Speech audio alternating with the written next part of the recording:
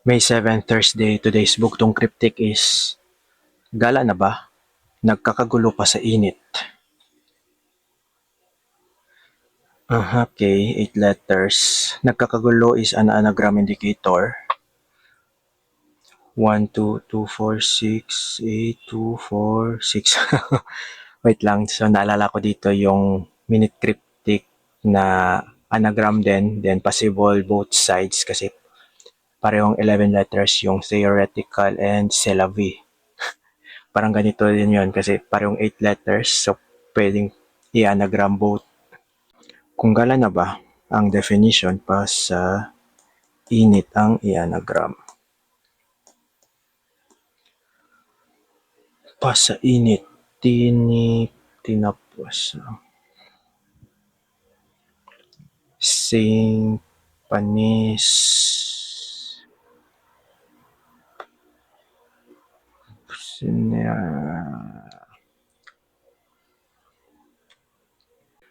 parang ang hirap makabuo ng word. Meron kasing mga letters na pag kinumbine mo, medyo gets mo na kung ano yung word na i-anagram.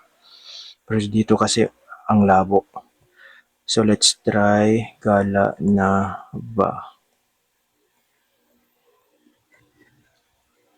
Gala na ba? Kung definition is pasa init,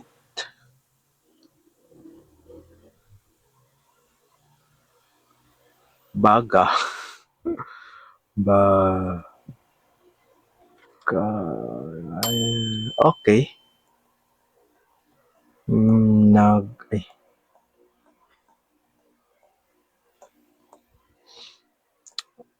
ay, nag-aalab.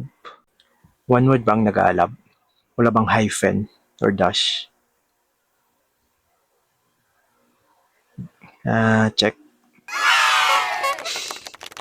Tumpak. Okay, so sakto nag-aalab. Okay, so ang definition is init.